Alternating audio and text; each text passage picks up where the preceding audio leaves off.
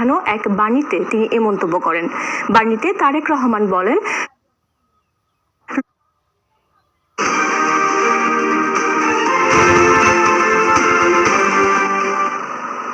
আমন্ত্রণ সকাল ৯টার নিউজে আপনাদের সাথে আছি আমি মামদুহা রাইসা। অনাচার, হিংসা, বিদ্বেষ ও হানাহানি পরিহার করে সমাজের শান্তি বজায় রাখতে সচেষ্ট থাকা প্রত্যেক ধর্মপ্রাণ মুসলমানের অবশ্য কর্তব্য বলে মন্তব্য করেছেন বিএনপির ভারপ্রাপ্ত চেয়ারম্যান তারেক রহমান। বাংলাদেশের আকাশে পবিত্র রমজান মাসের চাঁদ দেখা গেছে। রোববার থেকে রোজা পালন শুরু হচ্ছে। মাহে রমজান উপলক্ষে শনিবার গণমাধ্যমে পাঠানো এক বাণীতে তিনি এ মন্তব্য করেন। বাণীতে তারেক রহমান বলেন, রোববার থেকে পবিত্র মাহে রমজান শুরু। এই পবিত্র মাস আত্মসংযম সাধনার মাস।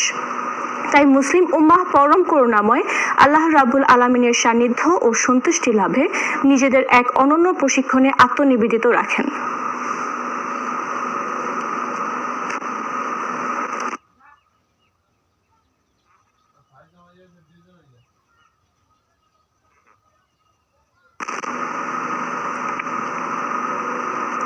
লালমনিরহাটের পাটগ্রাম উপজেলার দহগ্রাম সীমান্তের শূন্যরেখায় আবারও কাঁটাতারের বেড়া নির্মাণ করছে ভারতীয় সীমান্তরক্ষী বাহিনী।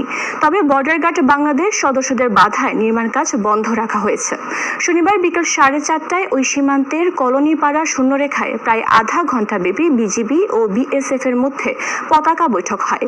এর আগে সকালে এলাকাবাসীর মাধ্যমে খবর পেয়ে দহগ্রাম আঙ্গরপোতা বিজিবি ক্যাম্পের কমান্ডার সুবেদার লুৎফর রহমান বিজিবি সদস্যের নিয়ে ঘটনাস্থলে যান। এ সময় নির্মাণ কাজ বন্ধ রেখে বিএসএফ সদস্যরা কাঁটাতারের বেড়ার পাশে অবস্থান নেন। এতে উত্তেজনাকর পরিবেশ তৈরি হয়।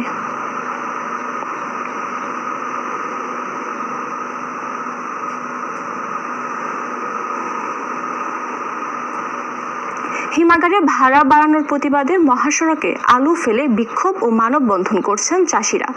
আগামী 24 ঘন্টার মধ্যে আগের দামে আলু সংরক্ষণের ব্যবস্থা না নিলে আন্দোলনেরও হুঁশিয়ারি দেন তারা। শনিবার দুপুরে লালমনিরহাটের মহেন্দ্রনগরে মহাসড়কের বিক্ষোভ করেন চাষিরা। এ সময় তারা অভিযোগ করেন, কৃষকদের সামর্থ্য বিবেচনা না করে হিমাগার কর্তৃপক্ষ দ্বিগুণ ভাড়া বৃদ্ধি করেছে। গত বছর কেজি প্রতি 4 টাকায় আলু স্টোরজাত করা হলেও এবারে তা বেড়ে দাঁড়িয়েছে 8 টাকা।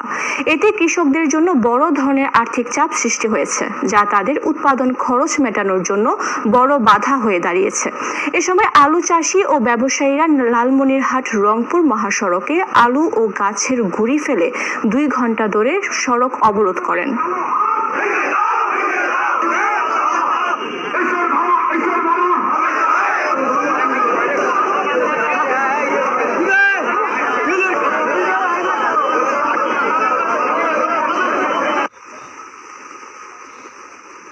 সরকারি কোনো ট্যাক্স নাই, ভ্যাট নাই, লেবারের বিল বাড়ায় নাই। কি কারণে 4 টাকার ভাড়া 8 টাকা করলো? কি কারণে করলো?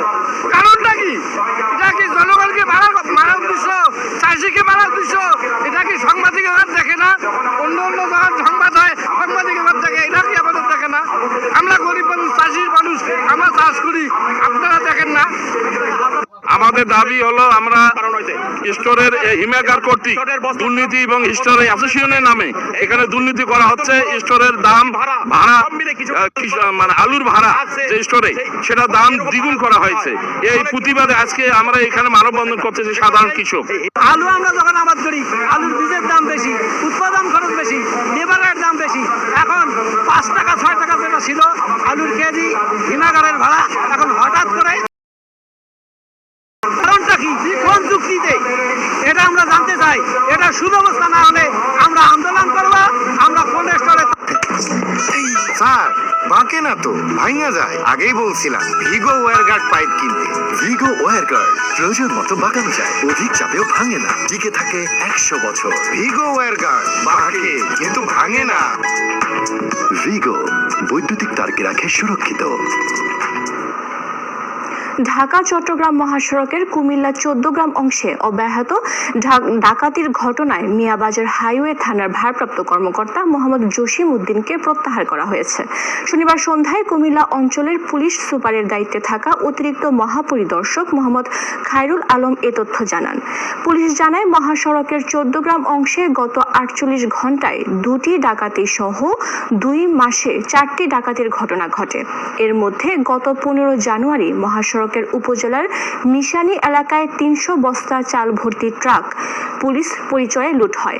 অতিরিক্ত মহাপরিদর্শক মোহাম্মদ খায়রুল আলম বলেন, মহাসড়কের 14 গ্রাম অংশে সাম্প্রতিক সময়ে ডাকাতির ঘটনা বেড়েছে। দায়িত্বে অবহেলার কারণে ওসি জসিম উদ্দিনকে প্রত্যাহার করা হয়েছে।